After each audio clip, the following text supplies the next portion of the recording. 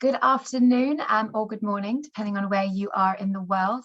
Welcome to LBMA webinars.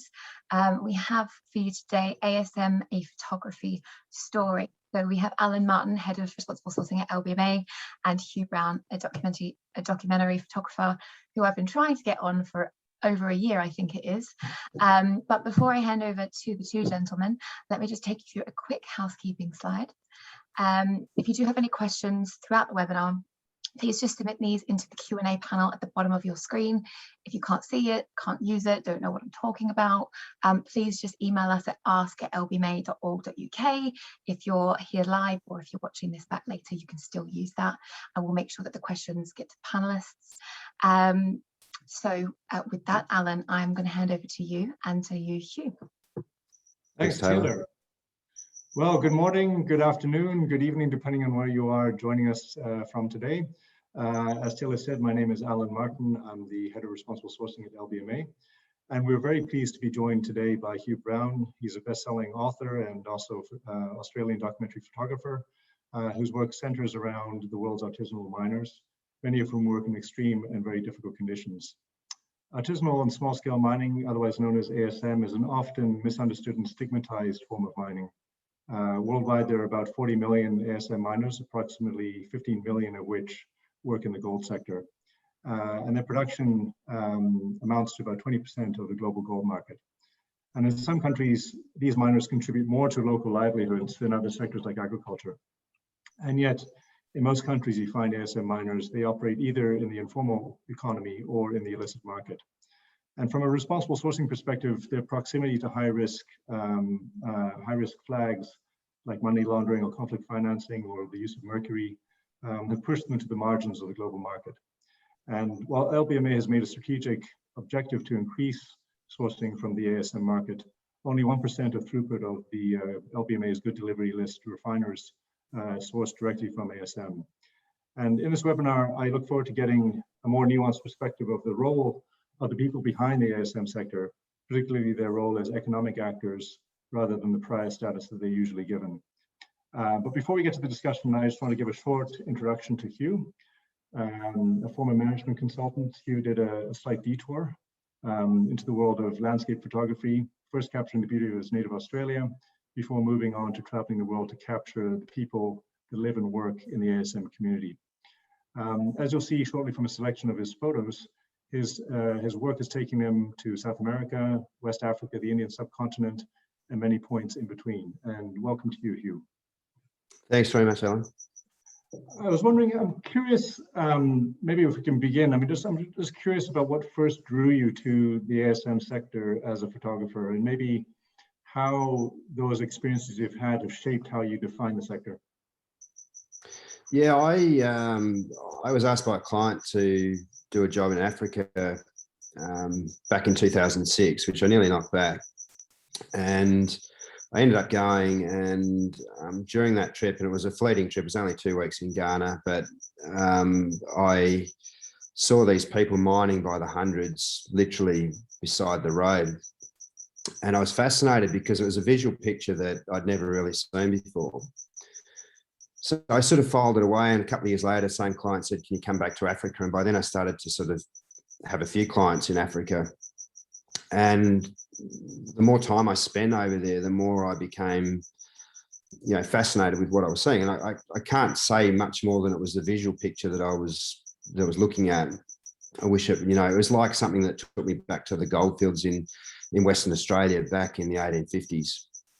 So then in 2010, I was discussing with an advertising friend back here in Perth, and he suggested doing a book, and that was basically how I got started. I rang a couple of clients, said, look, can you spot me for a trip to Africa? This is what I want to do. They said yes. And that was my toe in the water. And to be honest, I was pretty naive. One of the things about it was I went for quite some time not really having a view on ASM. So I had all these people in the debate. By then I was sort of starting to look for funding for a book that I'm working on. I had all these people on one side of the debate saying, why aren't you sort of castigating these people? And then on the other side of the debate, I had people saying, you've got to support these people. And there seemed to be no one in the middle. And so over a period of some years, I managed to, I suppose, hone that and having that neutral perspective. I can see positives in the sector and I can see negatives in the sector as well. Mm-hmm. And what are some of the characteristics you've found with these communities? Look, as I think we discussed the other day, Alan, artisanal miners, the communities are very, very nuanced. They're nuanced between continents, they're nuanced between countries, and they're nuanced within countries. So, I mean, essentially what you have, I mean, there's no one, people don't wake up one day and say, right, I'm going to become an artisanal miner and here's a rule book to becoming an artisanal miner. People wake up, there's minerals there, they say, right, we want to mine that, and then they work out their own models to do that. So you've got this huge variation and huge complexity of artisanal mining around the world. Some mines have no women, some mines have lots of women. Ownership structures vary. They're like they're these incredible places of activity, and you know, as you know, they're confined to the third world, because once a certain GDP per capita is reached, then mechanisation starts to take over, and this characteristic of manual labour sort of starts to phase out at that point. Mm-hmm, mm-hmm.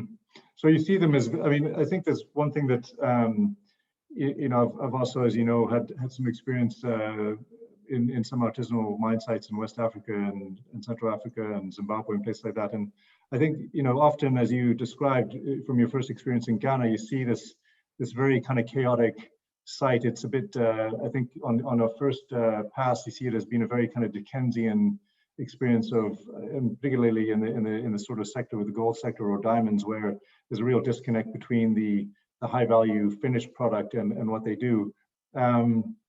I was just wondering, though, I mean, in terms of the importance of ASM as an economic driver, what have you seen in terms of that, you know, their contribution to local economies or even global economies?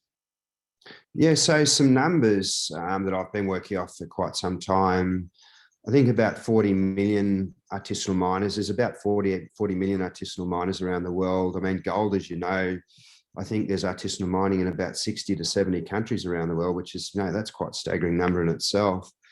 You then have, if you have a multiplier of about 7, that gives you, say 6, that gives you another 240 million people employed by the sector indirectly around the world. So if you then take that as a percentage of the world's population, you're looking at roughly 3% of the world's population.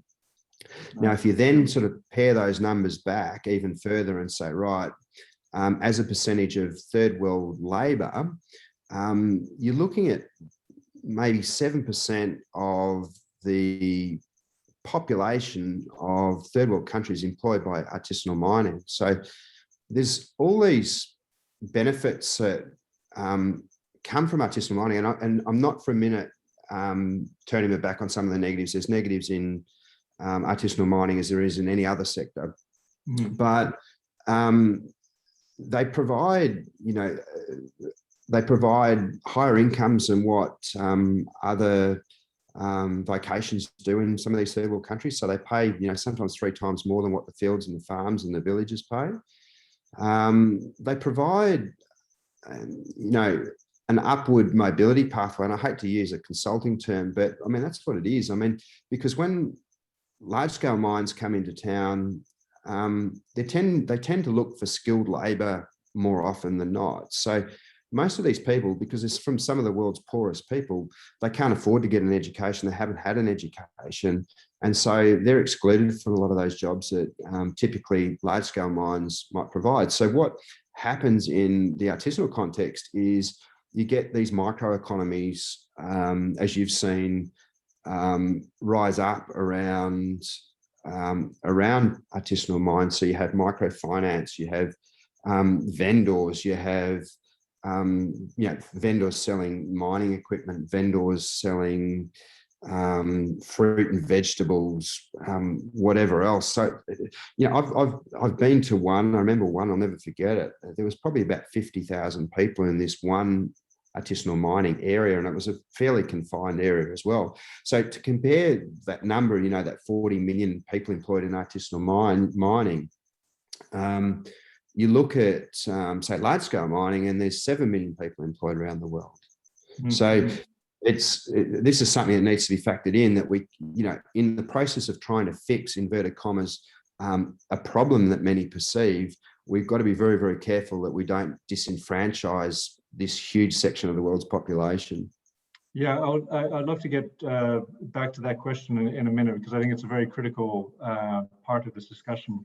I'm just wondering, looking at the photos that we have up right now, on the left, I see the one of the woman making some kind of transaction there with the gentleman. Can you tell me more about what the role of women is in the ASM sector? What have you noticed? I mean, in terms of their role supporting that sector. Yeah, so these two images juxtaposed, what I wanted to do here was just to show that, artisanal mining is not just about mining. You've got, women here, she may be a vendor or whatever, selling fruit and vegetables. It seems this is in Guinea. The role of women around the world tends to be quite varied, again, depending on country. So when I worked in Pakistan, for example, photographing artisanal gem mining, there were no women employed at all. But then when I went down onto the Indus River, there were what they call jalwans. Very little is known about these jalwans in northern Pakistan, but the women were doing the sort of the panning for gold. Mm. What you tend to see in Africa, and I can't recall ever having seen a woman down a mine shaft. I don't know if you can think of any you've seen down mine shafts, but the women tend to do a lot more in kind of forms of support roles, crushing ore, or more the kind of the selling, the market kind of role. But yeah, and there are, I think, in places like Congo, I've seen more that role of crushing. Yeah, that's pretty much what I've seen as well. I think to Bolivia as well, when I worked over in Bolivia, and there were women working on the side of the mountain, but there were no women that I saw working inside the mountain. Mm-hmm, mm-hmm. And I mean, one thing that I find really quite arresting about your photographs is the sort of the human quality of it, where it's not the sort of the typical kind of disaster photography that I think we're sometimes accustomed to.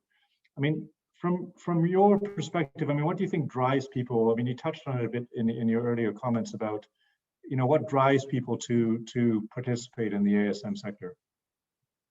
Yeah, so from what I've seen, and it took me, some time to piece all of this together. Most of the people, not all of the people that I've photographed, are driven by this concept of a quest for a better life.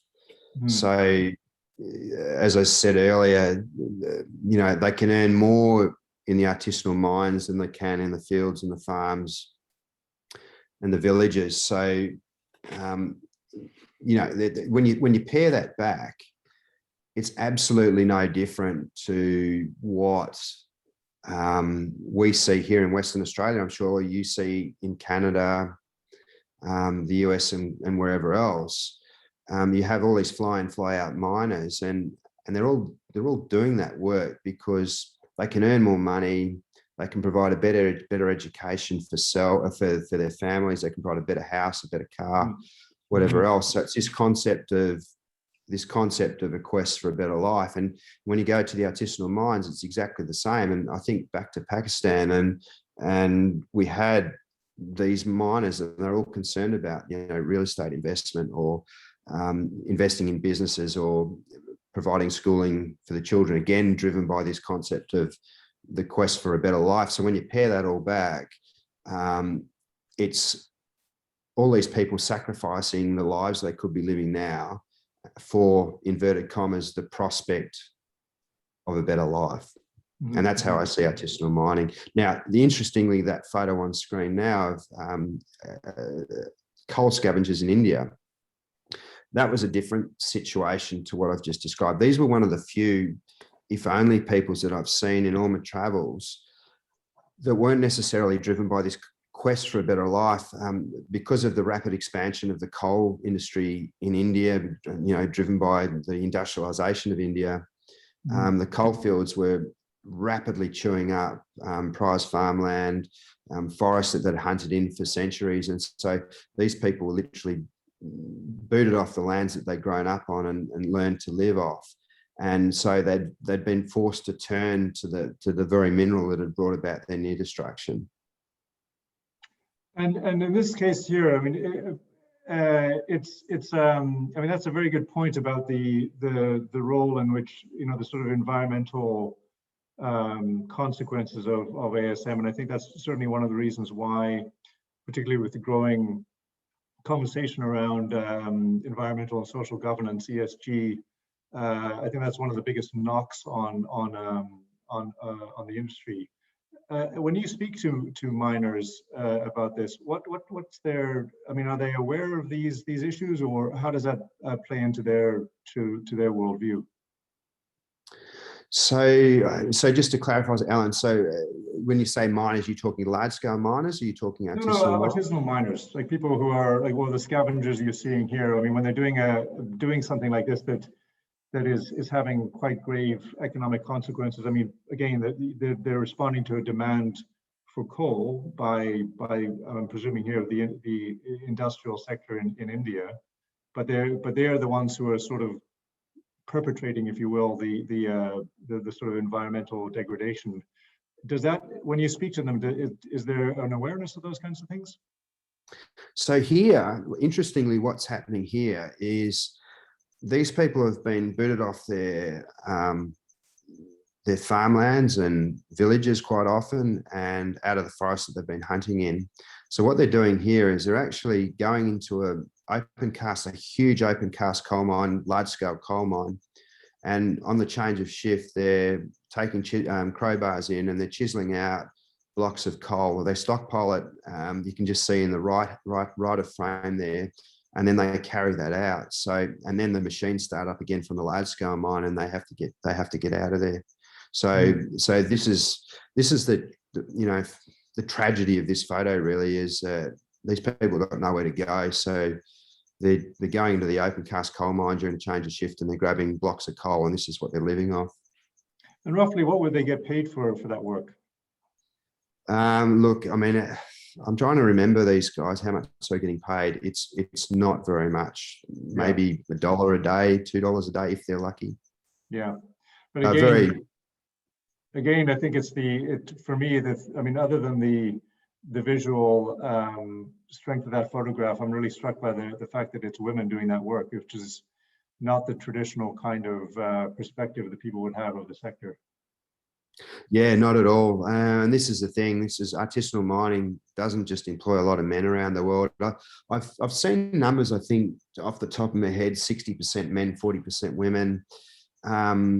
Probably, I don't know, maybe 30%, if I had to pick a number. But yeah, there's a lot of women employed in the sector.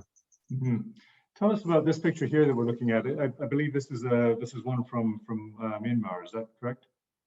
Yeah, so this woman was, she was part of a team of oil scavengers. So she was working in an artisanal oil field, and these artisanal oil fields have to be seen to be believed.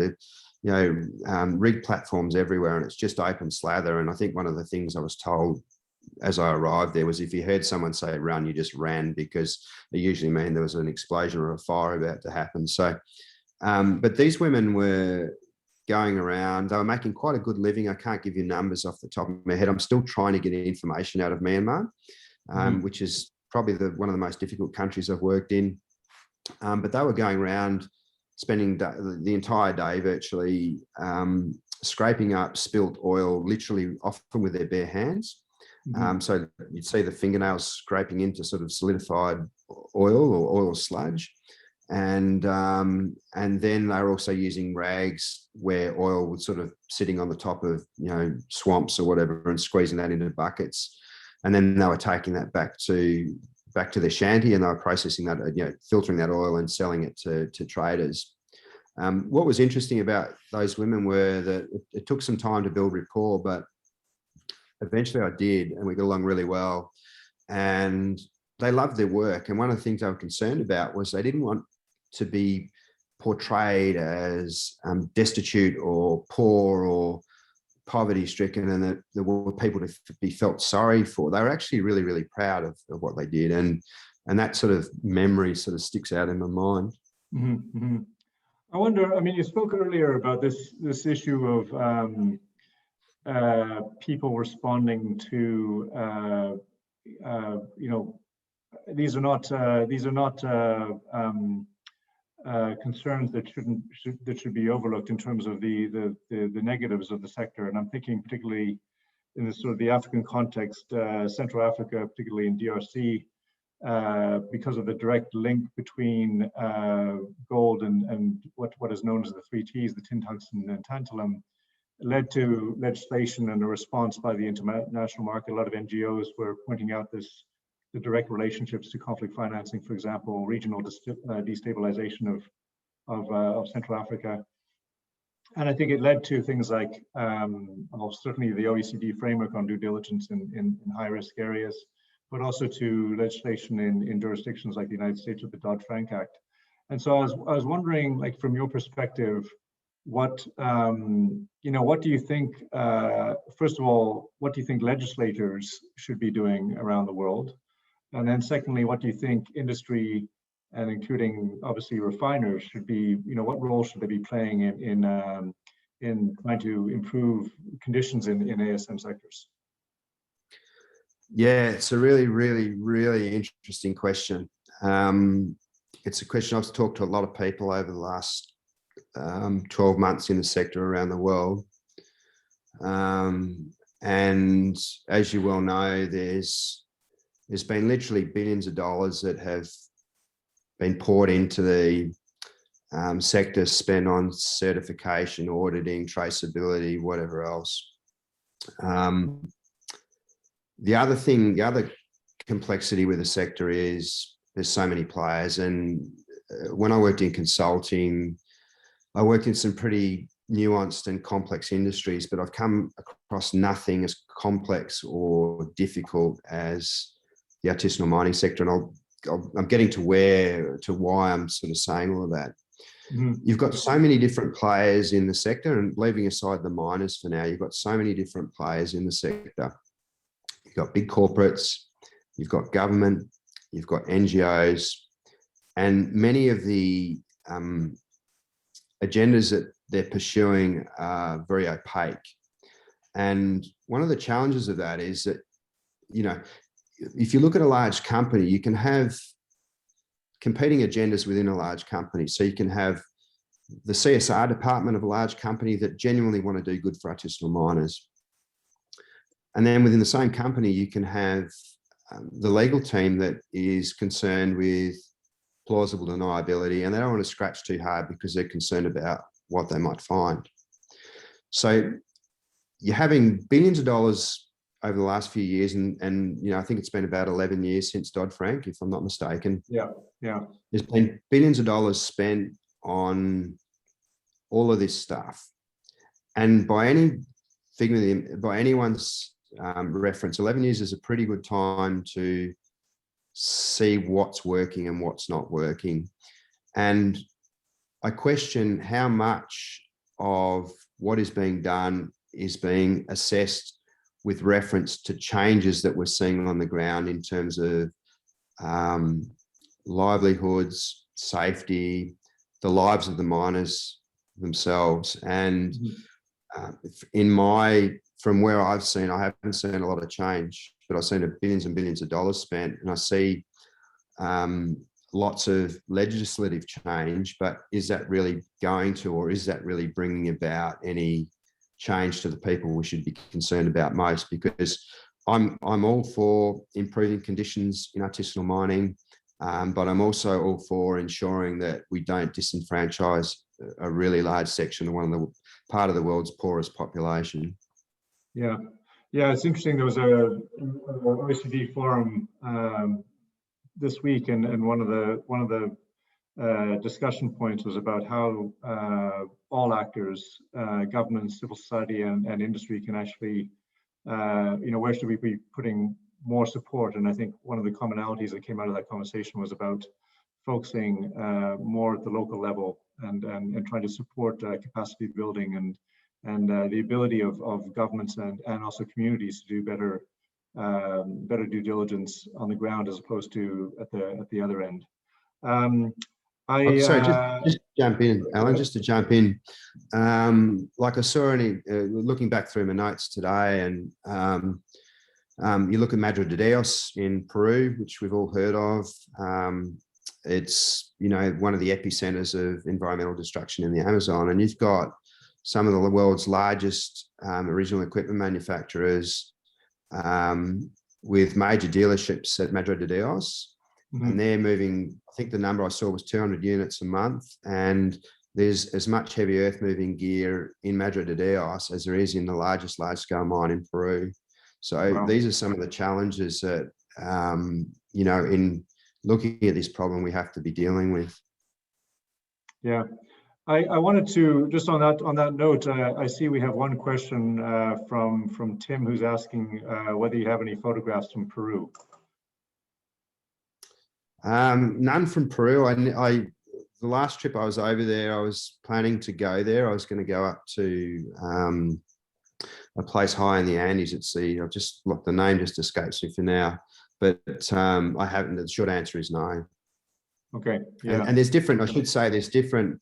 There's the hard rock miners in the Andes in Peru, and then you've also got Madre de Dios, which gets most of the attention. Yeah. Yeah. I will just open it quickly to the floor, whether there are other questions from viewers that anyone wants to ask you a question. Please do send that in the chat box, and give that a few more minutes for those questions to come in. Yeah, I think that the one question about that I think people struggle with is coming back to the legislative frameworks, is this issue of the unintended consequences of responsible sourcing and how I think one tragedy is that too often I think it leads to avoidance of the sector altogether as opposed to engagement. And I think the more outside actors engage, I think that is where you see the conditions on the ground actually changing and improving for the better. I will just add one more thing for people that I really encourage you to take a look at Hugh's website. It's hughbrown.com. If I'm correct, Hugh, that's your address for your website? The one on the artisanal miners, it's got a few glitches in it, but it's www.cruelestearth.com. Okay, right. Well, I recommend you go there and also keep an eye out for a coffee table book that's coming out. Is that correct? Is it on ASM? And yeah, there will be. It's about 75% done, Alan. So okay. I'm just waiting for travel to open up, and I'll go and knock those remaining locations. And there's also going to be a global exhibit when the world is opened again. Is that correct? Series of exhibitions at Tour of the World, and then we're also working on a major feature documentary film as well. So it's a big project. And is that for? Do you have any anywhere that's going to be seen on any platform, or is it going to be more? Yeah, it's at this stage we're looking to do that in 360 VR. So we're just sort of negotiating some of the details on that at the moment. So as soon as more come to hand, I'll let you know. Yeah. Oh, good. Well, listen, Hugh. Before we go, I just any other comments you'd like to add? Yeah, look, just to sort of reiterate what you've just said, what I'm advocating for is that we don't abandon the artisanal mining sector. So I've segmented it basically into three approaches to artisanal mining. The first is that we can abandon ASM altogether and reroute our sourcing to large-scale developed mines around the world, which that really only benefits the top 1% of the population. Yeah. The second is we can seek to concentrate our sourcing, in responsibly sourced artisanal mining. That's problematic still because you're going to disenfranchise quite a large section of the artisanal population. And then the third one, which is the hardest, but the one that I think is the right way, and that is that we work with our supply chains, no matter how difficult that is, to improve things on the ground. Yeah, I think that's the last point you make is a very important one, because I think sometimes, or too often, I think ASM is seen through the lens of the industrial mining sector, and I think it does require an approach that within the framework of the OECD about this idea of continuous improvement, of sort of accepting that there are a lot of gradients of grey, and it's not a black and white question. But I'm conscious of time, and I see that Taylor has joined us again. So I really want to thank you, Hugh, for your presentation, for your really, very rich photographs that I think not only are visually pleasing from a landscape perspective, but also for capturing the human qualities and of those that work in the sector. And I really thank you for joining us today. And with that, I'll pass it back to Taylor. Thanks, Alan. Take care. Thank you very much, both of you, for joining us today. If anybody does have any questions that they think of after the webinar, or if you are watching this recorded, feel free to email these into ask@lbma.org.uk.